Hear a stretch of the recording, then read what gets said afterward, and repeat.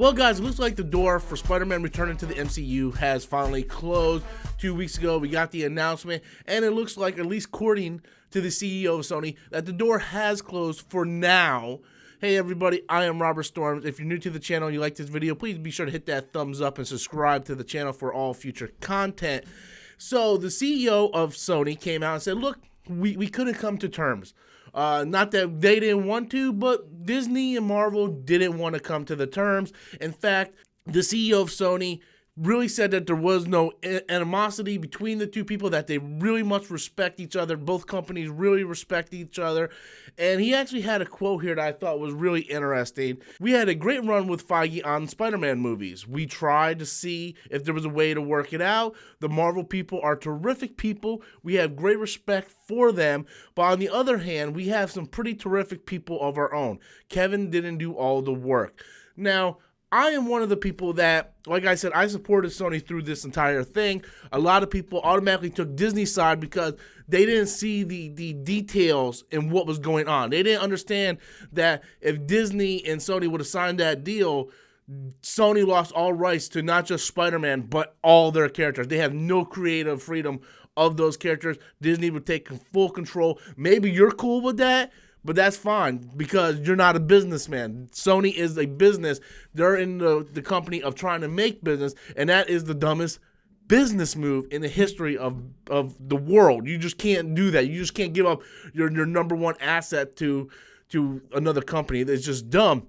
And just for the record, like I've stated, Sony Spider-Man movies have made a lot of money in the past. It isn't like they weren't making money. You might not like all the movies. You might not have liked the Amazing Spider-Man movies. You might not like Spider-Man 3. But up until Far From Home came out, Spider-Man 3 was the highest grossing Spider-Man film of all time. Yeah, even over the precious Homecoming. So it isn't like Sony doesn't know how to make successful Spider-Man movies. They did it before, they can do it again. Even Tom Holland has recently come out and said, you know, I have faith we're going to do a good one. And for me, I think this is a good thing. I really do. You know, I was under the impression, I liked the idea of Spider-Man being in the crossover, the MCU, being in the Avengers, but let his movies be his movies. I didn't like the idea of, oh, here comes Tony Stark for Spider-Man Homecoming. Oh, fuck Uncle Ben, it's all about Tony Stark. With great power comes new glasses. I hated the idea of, you know, bringing in Tony Stark, bringing in Happy, bringing all these MCU characters in. You know, it just kind of took away from Spider-Man's world. I mean, it's okay for an Avengers movie for Spider-Man to come in and tag along, but I want Spider-Man movies to focus on Spider-Man. And maybe now that Sony has it, full control again, I'm hoping that the third Spider-Man film will actually be able to live on that tradition and bring back Spider-Man's characters. Let's talk about Uncle Ben. Let's see what really happened. You don't have to play the whole thing over. Just fucking mention him. Just mention Uncle Ben. Please, for the love of God, just say Uncle Ben one fucking time. You know, let's drop fake-ass Genki / Ned Leeds, and let's bring in Harry Osborn. Let's bring in Norman Osborn. Let Aunt May dwell a little bit on the loss of the love of her life instead of fucking flirting with every fucking dude that comes in the fucking door. You know? So, I think this is a good thing. I always felt like Spider-Man should have never been that connected to the MCU.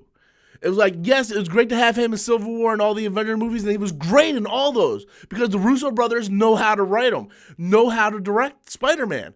Whereas when Marvel started doing these Spider-Man movies, it didn't feel like Spider-Man. Maybe you guys like it, that's fine. Everybody has their own opinion. That's the best thing about life is everybody has an opinion. To me, I didn't feel like Spider-Man movies. You know? But hopefully, I'm telling you guys, hopefully the third film will kick ass. And I have faith in Sony because regardless of what people might think, Sony has made successful Spider-Man movies before, whether you like it or not. But anyway, guys, that's all I have. If you are one of the ones hoping that they're going to make a deal anytime soon, this pretty much closes the door for any future collaboration between the two companies. Especially when Marvel's already announced all these other properties. There's no way they're going to be able to put Spider-Man in there anytime soon. So anyway, guys, that's just my thoughts on it. Cheer up. Have a good day. Be sure to leave comments in the comment box below. Until next time, as always, I'm Robert Storms, And that's my opinion.